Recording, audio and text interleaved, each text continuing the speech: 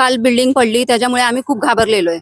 कारण की ही बिल्डिंग वाकडी झालेली आहे, ह्याच्यावर कोणी काही कारवाई करत नाही. आम्ही सर्वांकडे जाऊन आलेलो आहे, आमदार पासून महानगरपालिका सर्वीकडे आम्ही केलेलं आहे, पण कोणीही काही त्याच्यावर लक्ष दिलेलं नाहीये. कालचं इन्सिडेंट बघून तर खूप भीती वाटते. जसं की काल बघितलं, एक वर्षाचं मूल, आई सगळे दबले गेलेले आहेत. डेमॉलिश झालेली आहे ती बिल्डिंग, त्यामुळे भीतीच वाटते.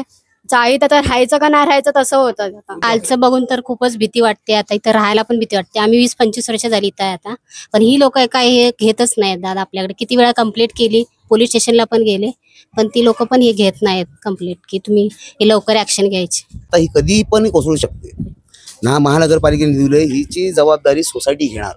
जर ही बिल्डिंग तयार नाही तर सोसायटीचा प्रश्नच येत नाही. ती लोक पण घाबरतात राहायला, सोसायटी मेंबर पण घाबरतात.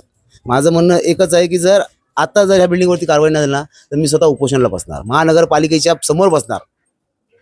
नमस्कार, मी अजय वर्मा आणि आपण सगळे पाहतात थिंकिंग ऑफ यूथ, विचार युवकांची. सध्या आज आम्ही मनमेलपाडा गाव परिसरात उपस्थित आहोत.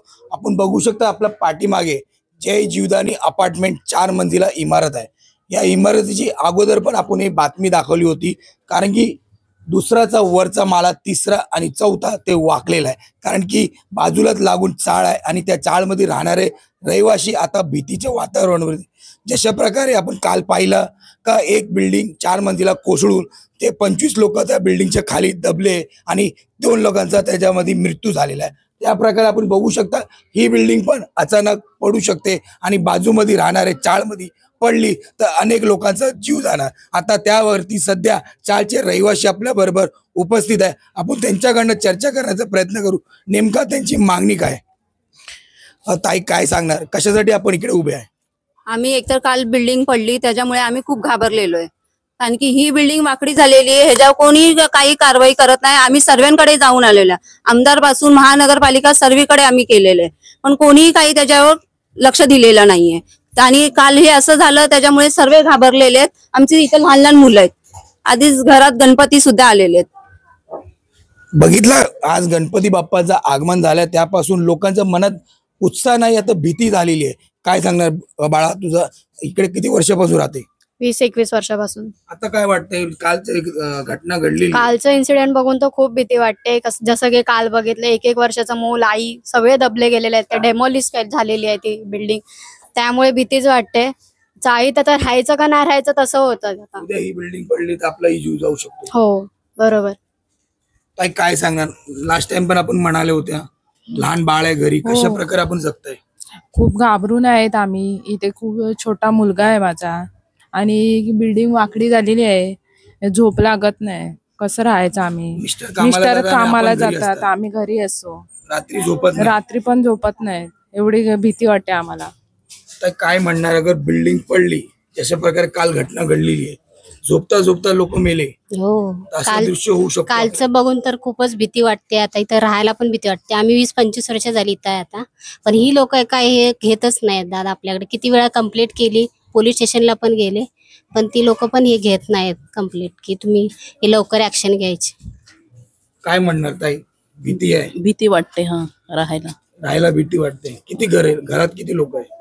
3 लोक आहे. कशा प्रकारे दिवसभर कामाला जातो पण रात्री घरीच असतो, त्याच्यामुळे रात्री भीती वाटते. सुखाने झोपत नाही. लोकांच्या मनात फक्त एकच संशय आहे की कशा प्रकारे आम्ही रात्री झोपणार. जशा प्रकारे ही बिल्डिंग त्यांच्या डोक्यावरती आहे, एक लटकती तलवार त्यांच्या मानावरती सुद्धा आहे, कधीही त्यांचा जीव जाऊ शकतो. आता इकडचे कालचे अध्यक्ष आहे, त्यांच्याशी आपण बोलण्याचा प्रयत्न करू. काय सांगणार संतोषजी, लास्ट टाइम पण आपण म्हणाले होते, अनेक तक्रार केल्या पण समाधान झाला नाहीये. बिल्डरनी पण नाही ऐकला, प्रशासननी पण नाही ऐकला आणि आताचे आमदार यांनी पण नाही ऐकला. काय करणार पुढे कालचं दृश्य पाहून? माझं म्हणणं एकच आहे की आता मी यांची नोटीसची कॉपी मागवली, त्याच्यामध्ये जर महानगरपालिका जिम्मेदारी घेत नाहीये तर ही बिल्डिंग बनवायला का दिली? ही बिल्डिंग 2014 साली उभी राहिली, आता ही 2021 पासून वाकडी झाली आहे आणि 2024 जास्त वाकडी झाली आहे आणि आता ही कधी पण कोसळू शकते ना. महानगरपालिकेने दिली हिची जबाबदारी सोसायटी घेणार. जर ही बिल्डिंग तयार नाही तर सोसायटीचा प्रश्नच येत नाही. ती लोक पण घाबरतात राहायला, सोसायटी मेंबर पण घाबरतात. माझं म्हणणं एकच आहे की जर ह्या बिल्डिंगवरती कारवाई नाही झाली ना तर मी स्वतः उपोषणाला बसणार, महानगरपालिकेच्या समोर बसणार. सरकार आपली, आपण भारतीय जनता पार्टीचे कार्यकर्ता आणि आपल्याला उपोषण करायची वेळ आली. सरकार आता काय तुम्हाला सांगू, मंत्रालयापासून सगळ्यांना अर्ज दिलेले आहे. की साहेब मी स्वतः बिल्डिंगच्या खाली राहतो. आमच्या आमदाराचं स्टेटमेंट साहेब तुम्हाला आता मी काय सांगू. आमची लोक मी महिलांना पाठवला होता अर्ज घेऊन. आमदारने सरळ सांगितलं नगरपालिकेचं इलेक्शन आहे, असं काय करू नको, लोक मारतील. माझं म्हणणं एवढंच आहे, साहेब लोक मारतील, उद्या आम्ही मेलो तर तुम्हाला तर अशी पण मारणारच पब्लिक. काल आमदार साहेब त्या घटनास्थळी पोहोचले आणि त्यांनी पालिकेचे अधिकारी थेट सांगितलं आता तरी बंद कराय सर्व गोष्ट. अहो मला सांगितलं गेलं की तो कार्यकर्ता आपला आहे ज्याची बिल्डिंग आहे, हा विचार काय नाव कर. आहे? कोणाचं राजन building? घरत. राजन हा तो पहिले बहुजन मध्ये होता, तिकडनं तो प्रहार मध्ये गेला आणि प्रहार मधून आता जेव्हा बीजेपी आली तर सत्ता आली तर तो बीजेपी मध्ये आला. म्हणजे हे भूमाफिया स्वतःच्या कातडी वाचवण्यासाठी प्रत्येक ह्याच्यामध्ये फिरतात. पण त्याच्यावरती कारवाई होताना दिसत नाहीये. कारवाई त्याच्यावर होत नाही. त्याची एकही बिल्डिंग नाही, त्याची अशी भरपूर बिल्डिंगी आहेत की जे धोकादायक आहेत. महानगरपालिकेने आपल्याला काय नोटीस बजावली आहे? महानगरपालिकेने आम्हाला त्यांना नोटीस दिलेली होती सोसायटीवाल्यांना की 4 महिन्याच्या अवधीमध्ये ही बिल्डिंग रिपेअरिंग करायची आणि ती पण बिल्डिंग खाली करून. तर काय झालं? 4 महिन्याच्या वरती गेलेले आहेत. हा आता तर सध्या 3 महिने समजा झाले. 3 महिने झाले. आता 1 महिन्यामध्ये हे काय करणार आहे ते रिपेअरिंग तर सोडा. माझं म्हणणं काय, रिपेअरिंग C2 जे केलेलं आहे C2 मध्ये साहेब रिपेअरिंग होते, पण ही बिल्डिंग क्रॉस आहे. आता मी कोणाला कुठल्या प्रशासनाला आता का मुख्यमंत्र्यांना सांगू साहेब तुम्ही ही बिल्डिंग पहिला ठोकून टाकून सरळ करा, नंतर याला रिपेअर करायला सांगा. माझं म्हणणं एकच आहे की राजूंची दुसरी बिल्डिंग आहे ना, त्या बिल्डिंग मध्ये या लोकांना शिफ्ट करावा. कुठल्या गरीबाला मारू नये, ह्यांना शिफ्ट करावा. नंतर ही बिल्डिंग डेमोलिशन करून त्यांनी परत बनवावी. किती लोक राहतात घरात? 32 रूम आहेत.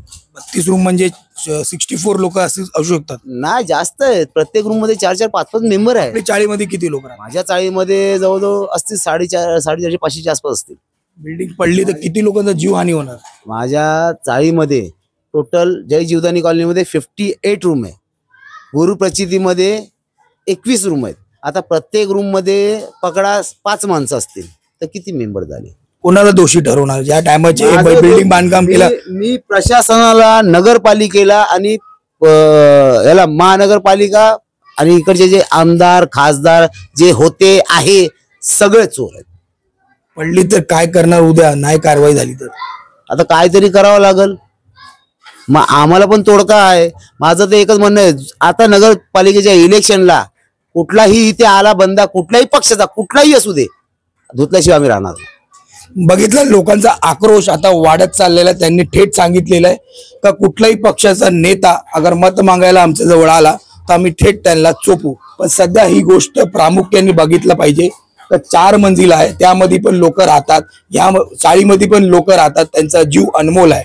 पण ह्या जीव अनमोल न बघता महानगरपालिका कशा प्रकारे आणि कोणाच्या बोलण्याच्या हिशोबाने काम करते. सध्या ही बिल्डिंग काल जशी दुर्घटना घडली आहे, ही बिल्डिंग तशा प्रकारे कोसळली तर किती लोकांचा जीव हानी होणार. आतापर्यंत एवढंच. प्रत्येक गोष्टीची अपडेट आमच्या न्यूज चॅनलच्या मार्फत आम्ही तुमच्याकडे पोहोचत राहू. नमस्कार.